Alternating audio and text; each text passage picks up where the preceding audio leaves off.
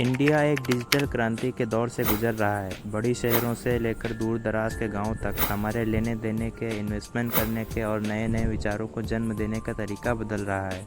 तो आज हम घुसेंगे भारत के इसी तेज़ी से बदलते अर्थव्यवस्था में।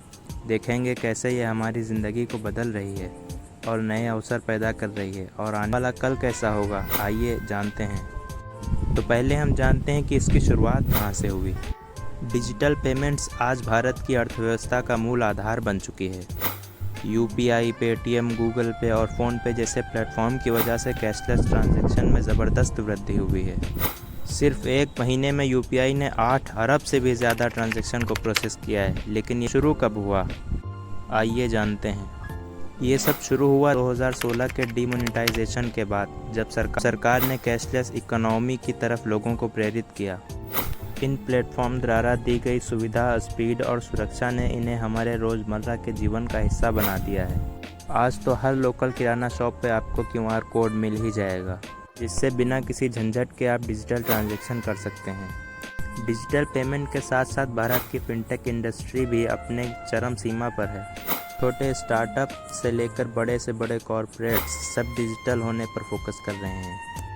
इस इंडस्ट्री ने नए नए अवसर पैदा किए हैं, नए स्टार्टअप्स, यूनिकॉर्न को जन्म दिया है और नए इनोवेटिव सॉल्यूशन के रास्ते खोले हैं।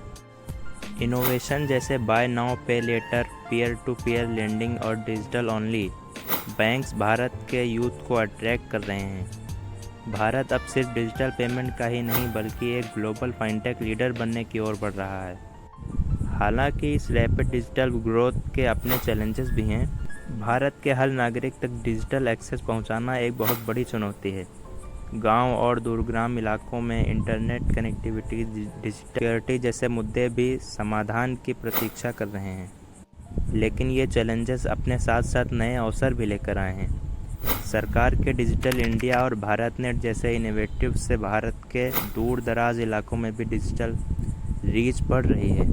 ये केवल भारत को डिजिटली इम्प्रूव नहीं बनाएगा बल्कि नए बिजनेस अपॉर्चुनिटीज़ और रोज़गार के नए नए अवसर भी बनाएगा।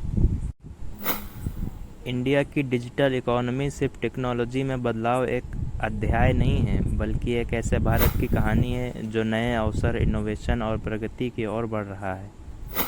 आपको क्या लगता है, अगले 5 सालों में भारत की डिजिटल इकोनॉमी कहां तक पहुंच सकती है? कमेंट में हमें बताएं और इस वीडियो को लाइक, शेयर और कमेंट करना ना भूलें। चैनल को सब्सक्राइब करके बने रहिए हमारे साथ इसी तरह के नए इंटरेस्टिंग कंटेंट के लिए।